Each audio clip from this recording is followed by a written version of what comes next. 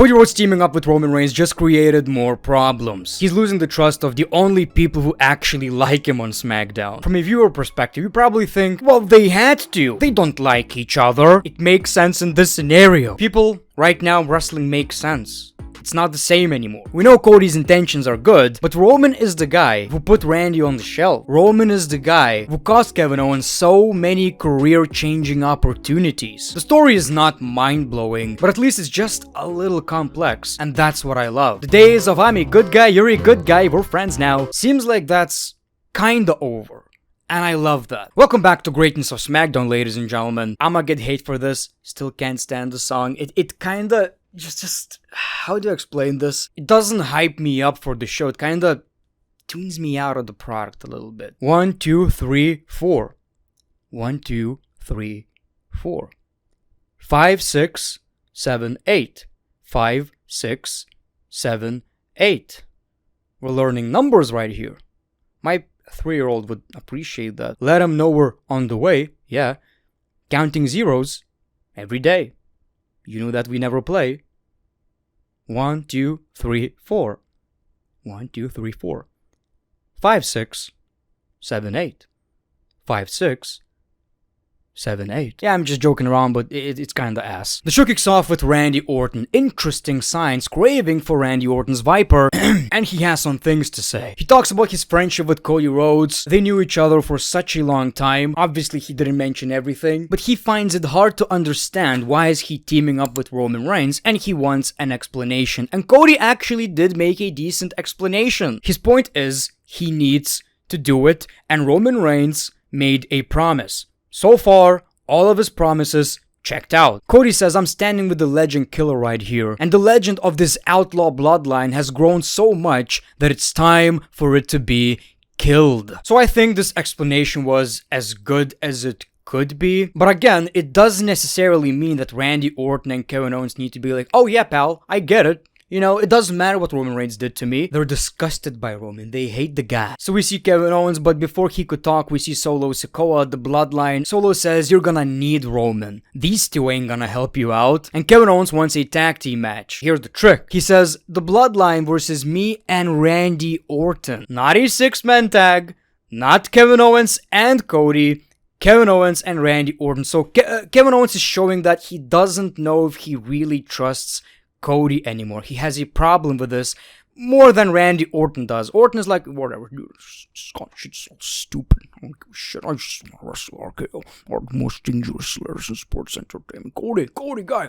Fair to say, Kevin Owens doesn't like it that much. I mean, even later backstage, Cody wants to talk with Kevin Owens because he can feel it. Owens basically says, we will talk, not right now. Focus on your match with Roman. Also, I don't want you in the ring tonight. Orton says, well, Cody, if the bloodline gets into our business, I want you out there. So a lot of people are saying, well, Kevin Owens must turn heel. He's going to turn heel, and maybe, and I'm not gonna complain. I feel like we don't really need that right now, but anyway, wouldn't it be a bit more special if he doesn't turn heel? And we kinda just a little bit blur these lines between there are good guys and there are bad guys. I don't think we necessarily need that. Like, even Roman right now, he's not necessarily a good guy. Maybe he's on the face side, he's going to face heels, and Kevin Owens doesn't necessarily need to turn heel just to have a problem with Cody's decisions. The fall of Nia Jax needs to be studied. Did you hear? Oh my gosh, she's losing so much aura. Did you hear that? My title. My championship? Just my championship? Where's the emotion? Just take a look at Nia Jax a few years ago. Still gives me goosebumps. For better or worse. But she's not a very nice friend, ladies and gentlemen. She threatens Tiffany Stratton. She doesn't appreciate how apparently it was Tiffany's fault that we're getting a #1 contenders match for the women's championship. But then she acts nice again. Okay, before I say anything, let's talk about the match. So we got Naomi versus Bayley. A lot of people pointing out Damage Control Trons. Oh, that's whatever. Role model. Role model. Please change it. Please change it, please. Well, we got the match. A lot of respect between the two. A pretty decent match, I would say, in which Bayley takes the W, and Naomi, you know, is kind of sad that she's taking so many losses, which I don't understand why. Well, anyway. So, I am okay with Bayley versus Nia Jax. We've seen it already. Fine. But it's clear that the story right here, and maybe that's intentional, it's about Tiffany Stratton. It's really about Tiffany, and I wonder for how long we're gonna watch Tiffany just being abused by Nia Jax. And clearly, she has a plan, right? Backstage, LA Knight is talking to Andrade. Andrade says, I don't respect you anymore. You didn't shake my hand. And LA Knight got attacked by Carmelo Hayes. Part 6, Andrade versus Carmelo Hayes. Now, this match is special because we've seen it for so many times, yet, could be wrong, don't hate me on this, I believe this was the most fun match we've seen. Probably the best match we've seen, which is kinda interesting because you would think it would get repetitive, but I actually like that. And we don't get so much of that type of wrestling on the show that it always feels special and stands out in a wrestling show. So I appreciate that. Really, really love this, but of course, LA Knight wanted some revenge and cost Andrade the match. Okay, just make it a triple threat at this point. Bad blood, triple threat match, United States Championship. It's gonna be great. You know, maybe you don't care about the story that much, and I understand. I think it's fine. I honestly think it's fine. We didn't get anything really that could... How do I put this? We didn't get that promo. We didn't get that... It still somehow doesn't feel as personal as it should, but at least the wrestling is good. So make it a triple threat. AJ Styles is making his return to WWE. You know, I miss AJ, but the problem with AJ Styles is that the way he's being used, like for the past 4 years probably, he used to feel a lot more special. In 2016-17, he was like the guy. And maybe it's just me.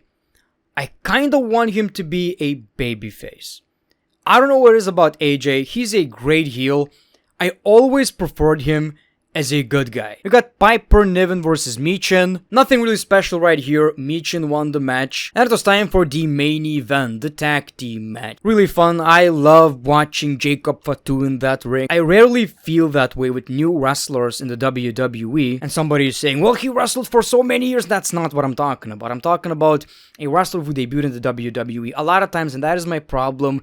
And I'm gonna admit it, you probably guys know it, it's hard for me to get excited about new wrestlers. I'm very nostalgia driven, you know, and a lot of times it takes time for me to connect with certain wrestlers.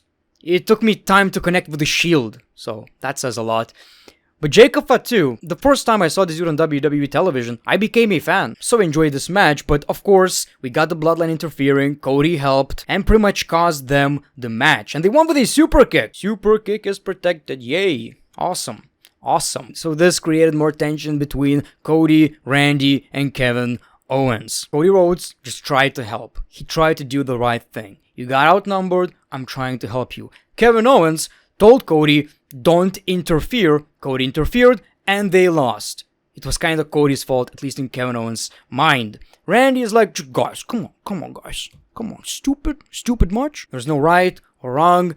Absolutely love it. Some of you guys might say, well, The Great One, that's not a story. Are we watching the same product? And I would like to explain, that's how I see it. Maybe you're seeing something completely different. Maybe you're saying, well, Kevin is an asshole or Cody is an asshole in this situation. We kind of decide how we see these storylines and who we support or whatever. Also, before I end this video, I would like to apologize for not making these SmackDown and Raw reviews. Again, I took a break and I always felt shitty because some of you guys leave comments that you keep waiting for these videos and I don't deliver, and that makes me feel like shit. Also, you probably noticed in my previous 3 videos, I believe, I'm trying to focus on getting my point across a little bit more. My brain is weird, like I have 59 things on my mind all the time.